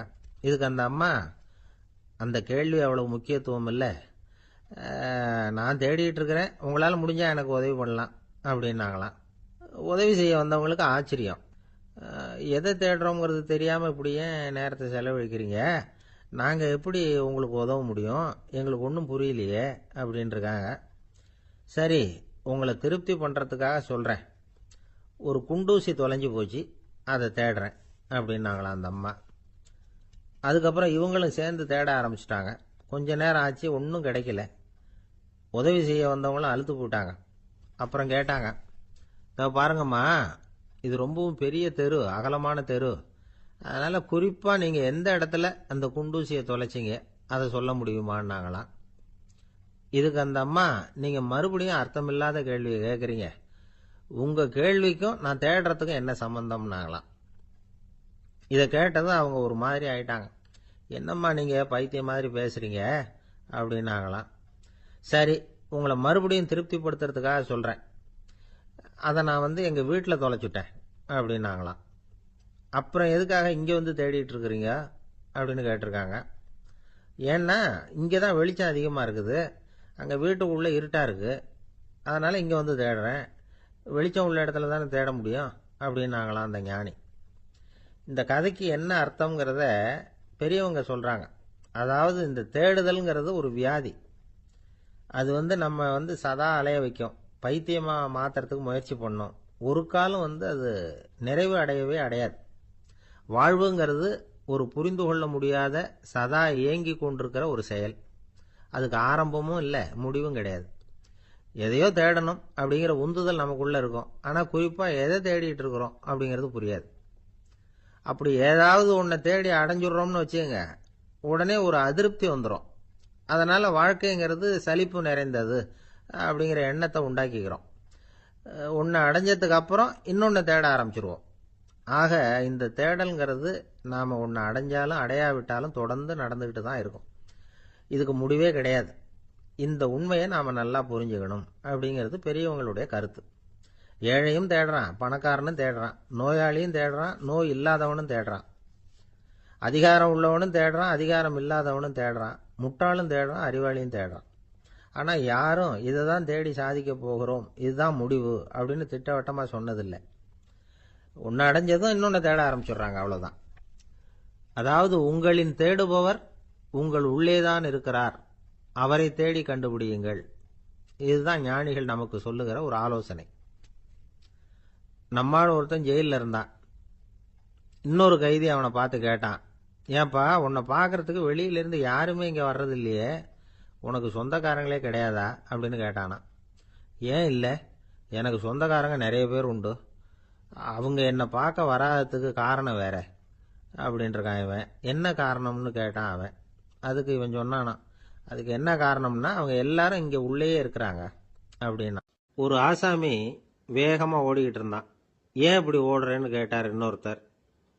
அங்கே ஒரு ஆள் அடிபட்டு கிடக்கிறான், அதை பார்த்தேன், உடனே ஓடுறேன்னா. எங்கேன்னு கேட்டார். ஆஸ்பத்திரிக்குன்னா. ஒரு ஆள் அடிபட்டு கிடக்கிறத பார்த்தா உடனடியாக நாம் செய்ய வேண்டியது முதல் உதவி, அதுக்கப்புறம் தான் ஆஸ்பத்திரி. இன்னைக்கு விபத்துங்கிறது சர்வசாதாரணமாக நடந்துகிட்டு இருக்குது. வாகன விபத்து, வெடிகுண்டு விபத்து, தீ விபத்து, கட்டடம் சரியறது, பூகம்பம், இப்படி நிறைய நடக்குது. ஒரு விபத்தை பார்த்துட்டா நம்மளில் பல பேர் நமக்கு என்னத்துக்கு வம்புன்னு ஒதுங்கி போயிடுறதும் உண்டு. சில பேர் துணிஞ்சு கிட்ட போய் உதவி செய்கிறதும் உண்டு. அப்படி உதவி செய்ய நினைக்கிறவங்களுக்கு உபயோகப்படுற தகவல் இது. விபத்தில் காயமடைஞ்சவங்களை 3 பிரிவாக பிரிக்கலாமா. முதல் வகை கொஞ்சம் சீரியஸ் ஆனது, உயிருக்கு உடனே ஆபத்து தரக்கூடியது. மூளை காயம், முகம், கழுத்து காயங்கள், இருதயம், நுரையீரல் காயங்கள், வயத்தில் உள்ளுறுப்பு காயங்கள், அதிகப்படியான இரத்தப்போக்கு, இதனால எல்லாம் பாதிக்கப்பட்டிருந்தா அது முதல் வகை அப்படின்னு நாமளே மனசுக்குள்ள முடிவு பண்ணிக்கணும். இவங்களுக்கெல்லாம் உடனடியாக முதல் உதவி கொடுக்கணும். தாமதப்படுத்தாமல் ஆஸ்பத்திரிக்கு கொண்டுகிட்டு போயிடணும். இப்படி கொஞ்சம் எச்சரிக்கையாக நடந்துக்கிட்டா அவங்களில் பல பேரை காப்பாற்றி போடலாம். 2வது வகை எப்படின்னா, முதல் உதவி விரைவாக கிடைச்சா உயிர் பிழைக்கக்கூடிய மார்பு காயங்கள், கைகால் எலும்பு முறிவு, இடுப்பு முதுகெலும்பு காயம், சீரான இரத்த சேதம், இப்படிப்பட்டவங்களை 2வது வகையாக பிரிக்கணும். ஆபத்து இல்லாத சிராய்ப்புகள், சிறு காயங்கள், இரத்த உறைவுகள், இதனால் பாதிக்கப்படுறவங்க 3வது வகை. ஒருத்தர் தலையில் அடிபட்டு நினைவு இழந்துட்டாருன்னு வச்சுங்க, அவருக்கு வாந்தி வர்றதுனால புறையேறி மூச்சு அடைப்பு உண்டாகும். இப்படி ஆகாமல் இருக்கிறதுக்காக தலையை ஒரு பக்கமாக சாய்ச்சி வைக்கலாம். நாடி துடிப்பையும் இதய துடிப்பையும் தொட்டு பார்க்கணும். அது குறைஞ்சிருந்தாலும் சரி, நின்று இருந்தாலும் சரி, அவர் மார்பை நிமிஷத்துக்கு 80 தடவை உள்ளங்கையால் அழுத்தி இதய துடிப்பை மீட்கிறதுக்கு உதவி பண்ணணும். கழுத்தில் காயம்பட்டாலும் ஆபத்து அதிகம். கழுத்துக்கு அடியில் ஒரு துண்டை மடித்து வைக்கலாம். 2 பக்கமும் சின்ன தலையணை அல்லது துணி மடிப்புகளை வச்சு கழுத்தை அதிகமாக அசையாமல் பார்த்துக்கலாம்.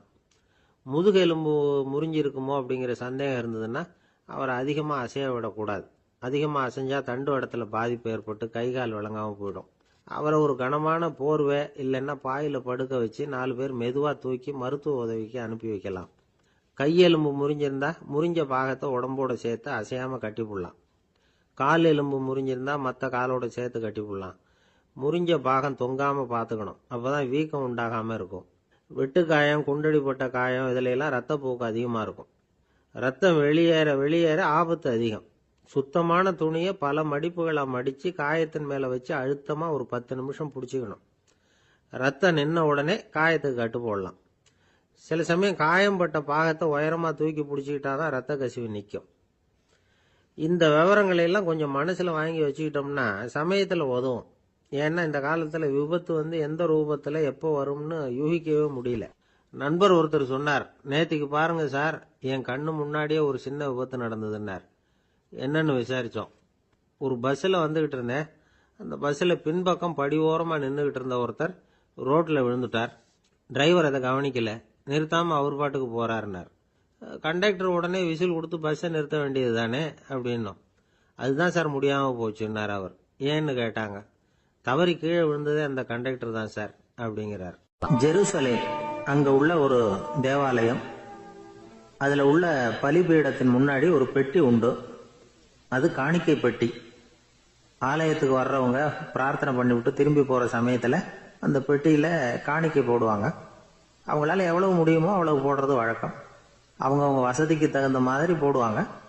வசதி உள்ளவங்களா இருந்தாலும் சரி, வசதியே இல்லாத வறியவர்களா இருந்தாலும் சரி, ஆலய காணிக்கை பெட்டியில காசு போடுறது அவங்களுக்கு ரொம்ப பெருமையான ஒரு செயல். ஒரு சமயம் இயேசு தம்முடைய சீடர்களோடு அந்த ஆலயத்துக்கு வரார். அங்க உட்காந்து ரொம்ப நேரம் வழிபாடு பண்ணிட்டு இருக்கிறார். சீடர்களும் அந்த ஜபத்துல கலந்துக்கிட்டாங்க. வழிபாடு முடிஞ்சுது. இயேசு உட்கார்ந்துருக்கிறார். காணிக்கை பெட்டியில காசு போடுறவங்கள கவனிக்கிறார். சீடர்களும் அதையே கவனிச்சுக்கிட்டு இருக்கிறாங்க. ரொம்ப பேர் வரிசையா வந்தாங்க. அவங்களால முடிஞ்ச அளவுக்கு காசு போட்டுட்டு அவங்க பாட்டுக்கு போய்கிட்டு இருக்கிறாங்க. வசதியானவங்க நிறைய பேர் வந்தாங்க. அதுக்கு மத்தியில் வயசான ஒரு அம்மா, அவங்களும் காசு போட்டுட்டு போறாங்க. இப்போ இயேசு தன்னுடைய சீடர்கள் பக்கம் திரும்பினார். ஒரு கேள்வி கேட்டார். இப்போ இந்த காணிக்கை பெட்டியில நிறைய பேர் காசு போட்டுட்டு போறத நீங்க கவனிச்சிங்க. இன்னைக்கு இந்த காணிக்கை பெட்டியில ரொம்பவும் அதிகமா காசு போட்டது யார் அப்படின்னு கேட்டார். முதல்ல வந்தார ஒரு பெரிய மனுஷன், அவர் தான் அதிகமா போட்டார் அப்படின்னாரு ஒருத்தர். 3வதா வந்தவர் தான் அதிகமா போட்டார், நான் கவனிச்சேன் அப்படின்னாரு இன்னொருத்தர். இப்படி ஆளுக்கு ஒரு விதமா சொல்றாங்க. கடைசியா இயேசு சொன்னாராம், இன்றைக்கு அந்த பெட்டியில அதிகமா காசு போட்டவங்க அந்த வயசான அம்மா தான் அப்படின்னாராம். சீடர்களுக்கு ஒன்றும் புரியல. அந்த அம்மா ரொம்ப ஏழையாச்சே, அவங்க எப்படி அதிகமா காணிக்கை செலுத்த முடியும் அப்படிங்கறது அவங்க சந்தேகம். இயேசு விளக்குனார். நிறைய பேர் வந்தாங்க, நிறையவே காசுகள் போட்டாங்க, அது உண்மைதான். ஆனால் அந்த அம்மா என்ன பண்ணாங்க கவனிச்சிங்களா? வந்தாங்க, தன்னுடைய காசு பைய திறந்தாங்க, அப்படியே கொட்டுனாங்க. அதுல இருந்தது 2 காசுகள் தான். அந்த 2 காசும் காணிக்கை பெட்டியில விழுந்துட்டுது. மற்றவங்கெல்லாம் தங்கள்கிட்ட இருந்த செல்வத்தின் ஒரு சிறு பகுதியை எடுத்து பெட்டியில போட்டாங்க. ஆனா இந்த அம்மா தன்கிட்ட என்ன இருந்ததோ அதை அப்படியே போட்டுட்டாங்க. தன்னுடைய பிழைப்புக்காக வச்சிருந்த அவ்வளவையும் இழக்கிறதுக்கு தயாராயிட்டாங்க. அவ்வளவு தாராள மனசு அவங்களுக்கு. அதனால அவங்க செலுத்தின காணிக்கை தான் அளவுல அதிகம் அப்படின்னார். விலை மதிப்பில்லாத முத்து புதையல் ஒருத்தனுக்கு கிடைக்க போகுதுன்னு வச்சுக்கோங்க. அதன் மதிப்பை உணர்ந்தவன் என்ன பண்ணுவான்? அதை அடையறதுக்காக தன்கிட்ட இருக்கிற எதையும் கொடுக்கறதுக்கு தயாரா இருப்பான் இல்லையா? அது மாதிரிதான் இதுவும் அப்படின்னார். உலக மதிப்பீடுகளை துரும்பா தூசியா மதிச்சு அதையெல்லாம் உதறி விடுகிறவன் இறையருள் அப்படிங்கிற இணையில்லாத செல்வத்தை பெறுகிறான் அப்படிங்கிறது இதுல உள்ள கருத்து. இறைவனுக்காக இழப்பதுன்னா துன்பப்படுகிறவர்களுக்காக, ஏழைகளுக்காக, ஏதுமற்றவர்களுக்காக இழப்பது அப்படின்னு அர்த்தம். உங்கள் அயலானுக்கு நீங்கள் என்ன உதவி செய்தாலும் அதை எனக்கே செய்கிறீர்கள் அப்படின்னு இயேசு சொல்லியிருக்கிறார். அடுத்தவங்களுக்கு உதவணுங்கிற குணம் இன்னைக்கு ரொம்ப குறைஞ்சு போச்சு. ஒருத்தன் வாழைப்பழத்தோல் வழுக்கி கீழே விழுந்துட்டான். பக்கத்துல இருந்த நண்பன் உடனே அவனை தூக்கிக்கிட்டு போய் ஆஸ்பத்திரியில சேர்த்துட்டான். அதுக்கப்புறம் சொன்னான், நீ அந்த வாழைப்பழத்தோல்ல காலை வைக்க போறத முன்னாடியே நான் கவனிச்சுட்டேன் அப்படின்னானா. அப்படின்னா அப்பவே நீ எனக்கு உதவி செஞ்சிருக்கலாமே அப்படின்னானா அவன். நான் டாக்டருக்கு உதவலாம்னு நினைச்சுட்டேன் அப்படின்னா இவன். ஒரு ஊர்ல ஒரு கோயில் இருந்தது. ரொம்ப பழைய கோயில். உள்ள போறதுக்கே பயமா இருக்கும். எந்த நேரத்துல இடிஞ்சு விழுந்துருமோ அப்படிங்கிற பயம். அப்படி இருந்ததுனால யாரும் துணிஞ்சு சாமி கும்பிடுறதுக்கு அங்க போறதில்ல. கோயிலுக்கு வர்ற கூட்டம் கொஞ்சம் கொஞ்சமா குறைய ஆரம்பிச்சுட்டுது.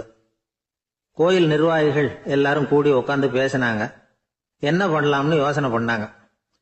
எந்த இடம் மோசமா இருக்கோ அந்த இடத்த பழுது பார்த்தாங்க.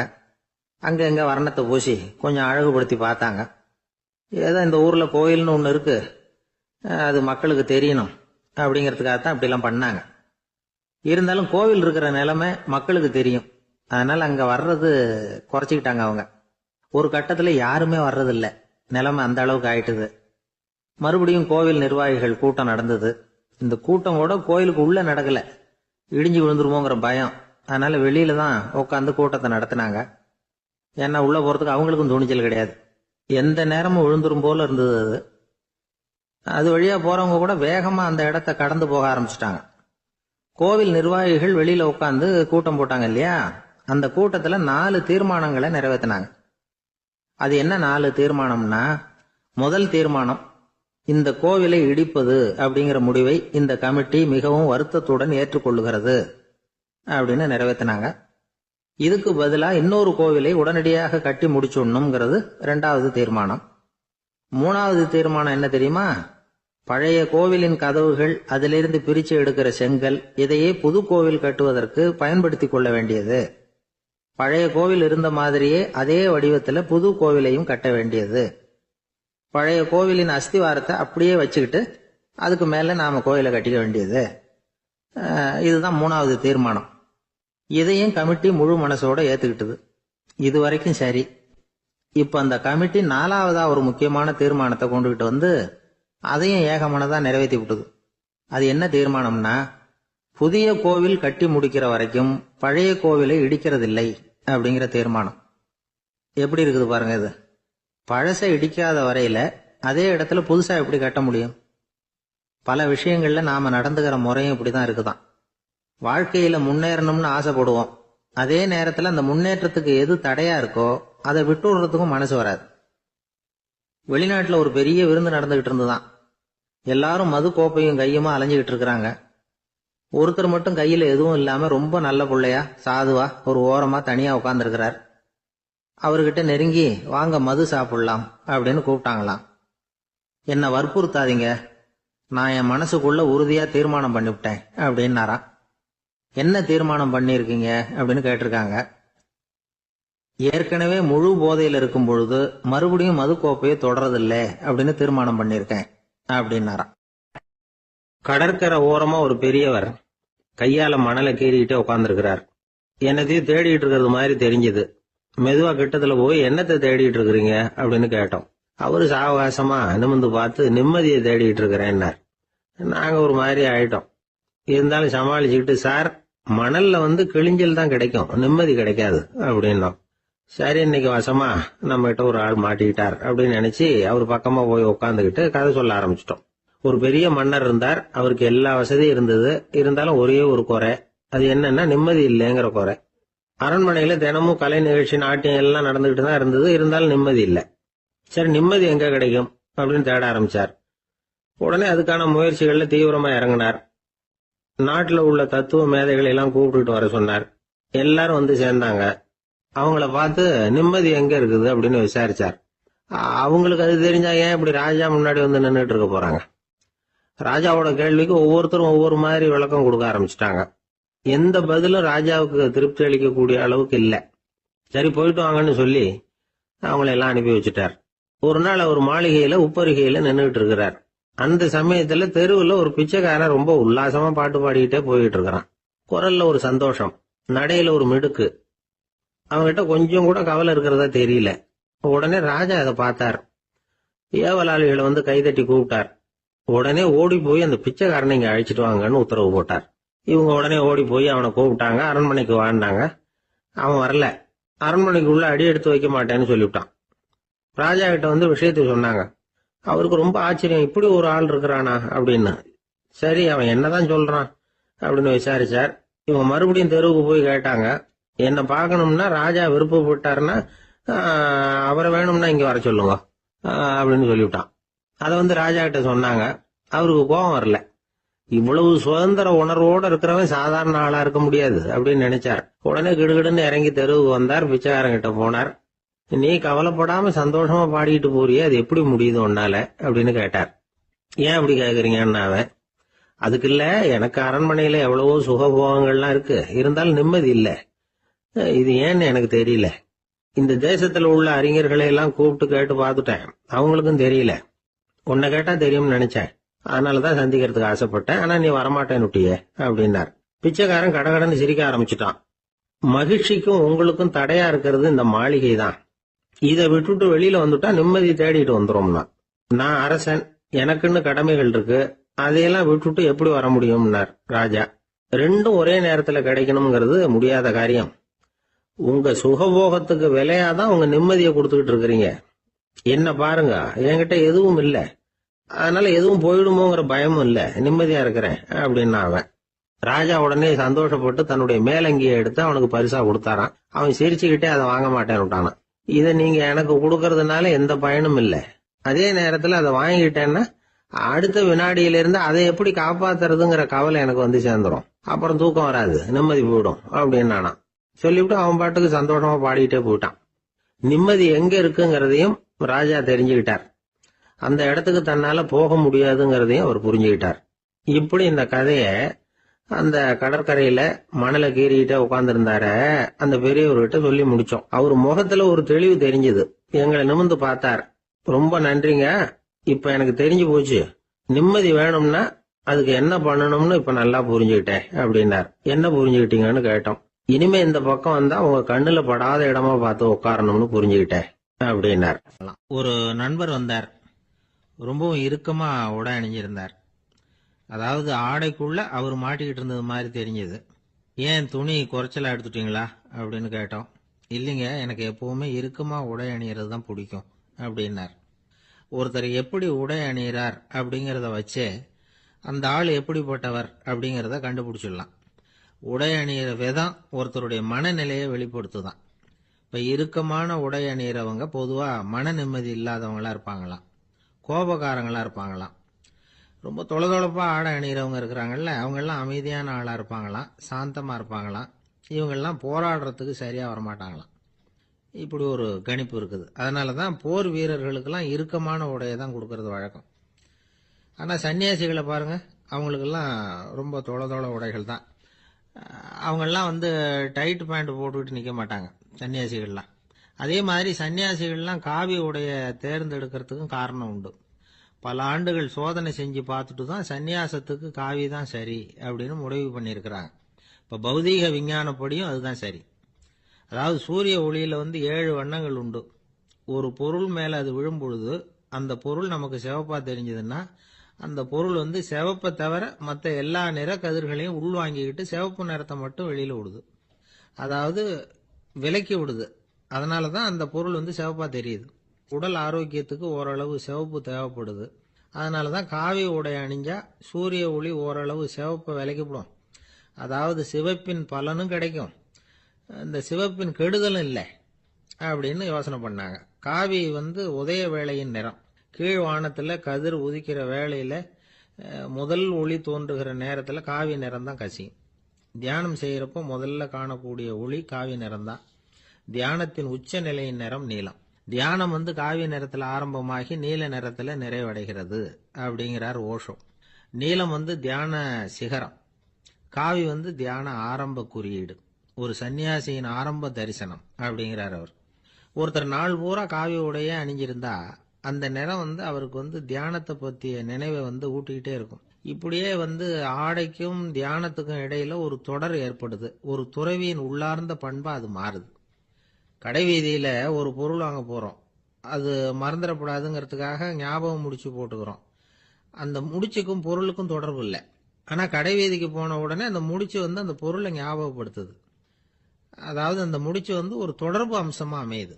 அது மாதிரிதான் காவி உடையும்.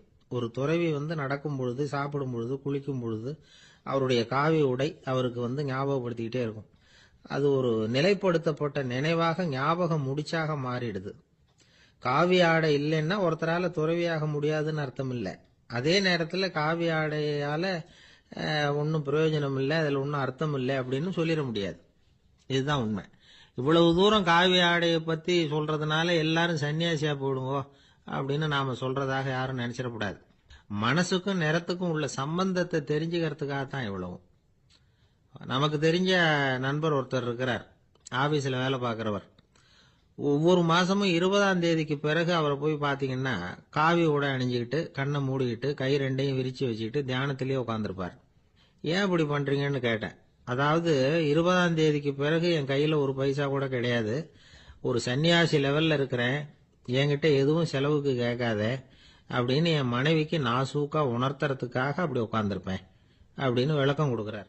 ஊருக்கு வெளியில அமைதியான ஒரு இடம், அங்க ஒரு ஆசிரமம், அங்க ஒரு சாமியார். அவர் தினமும் நல்ல போதனைகள்லாம் செய்வார். பல பேர் போய் அங்கேயே சில நாள் தங்கி இருந்து அவர் சொல்ற அறிவுரைகளை எல்லாம் கேட்டுக்கிட்டு வர்றது வழக்கம். ஒரு தடவை அவரை பார்த்துட்டு போறதுக்காக 3 வெளியூர் தம்பதிகள் வந்தாங்களாம். அந்த மடத்திலேயே சாப்பிட்டுக்கிட்டு தங்கி இருந்து அவங்களுடைய போதனைகளை கேட்டுக்கிட்டு போகணுங்கிறது அவங்க நோக்கம். காலையில குளிச்சுட்டு பூஜையில உட்கார்ந்தார் அந்த சுவாமி. இவங்களும் குளிச்சுட்டு அந்த பூஜையை பார்க்கறதுக்காக அவர் முன்னாடி உட்கார்ந்தாங்க. பூஜை ஆரம்பமாச்சு. சம்பிரதாயப்படி அது ரொம்ப நேரம் நடந்துகிட்டே இருக்குது. இவங்களுக்கு நல்ல பசி இருந்தாலும் இந்த நேரத்தில் அதை எப்படி வெளியில காட்டிக்கிறது? பேசாம இருந்தாங்க. அந்த சுவாமி பூஜையை முடிச்சார். அதுக்கப்புறம் பேச ஆரம்பிச்சார். பேச்சு அருமையாக தான் இருந்தது, அமிர்தமாக தான் இருந்தது. இருந்தாலும் இவங்களுக்கு இருக்கிற வயிற்று பசி அது சரியாக கவனிக்க விடலை. அந்த சுவாமியே இதை கவனிச்சதா தெரியல. இவங்களுக்கு மனசுக்குள்ள ஒரு எண்ணம், உள்ள சாப்பாடு தயாராகிட்டு இருக்கும் போல இருக்கு, இந்த பேச்சு முடிஞ்சது நம்மளை உள்ள அழைச்சிட்டு போய் சாப்பாடு போடுவாங்கன்னு நினைக்கிறோம் அப்படின்னு இவங்களாம் நினச்சிக்கிட்டாங்க. ஆனால் சுவாமி இதை பற்றி எதுவுமே பேசலை, கண்டுக்கல. ஒரு அம்மாவால் அதுக்கு மேலே சும்மா இருக்க முடியுமா? முடியல. சாப்பாட்டை கவனிக்கலாமா அப்படின்னு சொல்லி மெதுவாக ஆரம்பித்தாங்க. ஓ கவனிக்கலாமே அப்படின்னு உள்ளே அழைச்சிட்டு போனார் சுவாமி. இவங்க ரொம்ப அவசரமாக எழுந்திருச்சு உள்ளே ஓடினாங்க. அங்கே ஒரு மேஜை மேலே ஒரு கிண்ணம் மூடி இருந்தது. ஓ இதுதான் சாப்பாட்டு மேஜை போல இருக்கு, இங்கே சாப்பாடு வந்துடும் அப்படின்னு நினச்சாங்க. உடனே போய் சுற்றி உட்காந்துக்கிட்டாங்க. சுவாமி அந்த கிண்ணத்தை எடுத்து அந்த அம்மா கிட்ட கொடுத்தார். அவங்க அதை வாங்கி மூடியை திறந்து பார்க்குறாங்க. உள்ளே ஒரு சாவி இருக்குது. ஓ சரிதான், இது சமையலறை சாவி போல இருக்கு, அங்கே போய் அதை திறந்து சாப்பாட்டை நாமே எடுத்துக்கிட்டு இங்கே வச்சுக்கிட்டு சாப்பிடணும் போல இருக்கு அப்படின்னு நினச்சாங்க. சாவி இருக்கு இல்லையா, வாங்க பூட்டின அறையை காட்டுறேன் அப்படின்னு சுவாமி அவங்கள அழைச்சிட்டு போனார், காட்டினார். இவங்க அந்த அறையை ரொம்ப ஆவலோடு திறந்தாங்க. உள்ளே பார்த்தா அங்கே அரிசி, பருப்பு, விதவிதமான காய்கறி எல்லாம் இருக்குது. சமையலுக்கு வேண்டிய மிளகாய், எண்ணெய், பால், தயிர், நெய் இப்படி எல்லாமே இருக்குது. அடுப்பு, விறகு, நெருப்பு போட்டி அது கூட அங்கே இருக்குது. சாப்பாடு தயாராக இருக்கும்னு நினச்சிக்கிட்டு போனால் இப்படி இருக்குதே அப்படின்னு சொல்லி அதை பார்த்ததும் ரொம்ப சோர்ந்து போட்டாங்க அவங்க. சுவாமி, என்ன இது சாப்பாடு இல்லையா அப்படின்னாங்க. அதுதான் சாப்பாட்டுக்கு வேண்டிய எல்லாம் இங்கே இருக்குதே. அடுப்பு மூட்டி நீங்கள் தான் அவங்கவுங்க ருசிக்கு தகுந்த மாதிரி சமைச்சிக்கணும். இந்த சன்னியாசிக்கு எப்படி சமைக்க தெரியும் அப்படின்னு கேட்டார் சுவாமி. சாப்பாடு தயாராக இருக்கும்னு நாங்கள் எதிர்பார்த்தோம் அப்படின்னாங்க. நீங்கள் இப்படி சொல்லுவீங்கன்னு நானும் எதிர்பார்த்தேன். இது வரைக்கும் நான் எவ்வளவோ தத்துவம்லாம் எடுத்து சொன்னேன். எல்லாத்தையும் விட இதுதான் அனுபவபூர்வமான தத்துவம். ஆண்டவன் நமக்கு நல்ல மனசை கொடுத்துருக்கிறான், நல்ல வாய்ப்புகளையும் தந்திருக்கிறான், அதையெல்லாம் பயன்படுத்திக்கக்கூடிய மூளையையும் சிந்தனையையும் கொடுத்துருக்குறான். அதனால் அடுப்பை தான் நீங்கள் மூட்டணும். அடுப்பை நீங்கள் தான் மூட்டணும். உங்களுக்கு உகந்ததை நீங்கள் தான் சமைச்சு ருசித்து அனுபவிக்கணும். ஆண்டவனே அதை செஞ்சுக்கிட்டு இருக்க மாட்டான் அப்படின்னாராம் அந்த சுவாமி. நம்முடைய வாழ்க்கையில் பல நல்ல பலன்களை பெறறதுக்கு நாம் தான் முயற்சி பண்ணணும். அதுக்குரிய சூழ்நிலையைத்தான் ஆண்டவன் கொடுப்பானே தவிர அதை விளக்கறதுக்காக தான் அந்த சுவாமி அப்படி செஞ்சு காட்டியிருக்கிறார். இது ஒரு பெரியவர் இப்படி ஒரு விளக்கம் கொடுத்தார்.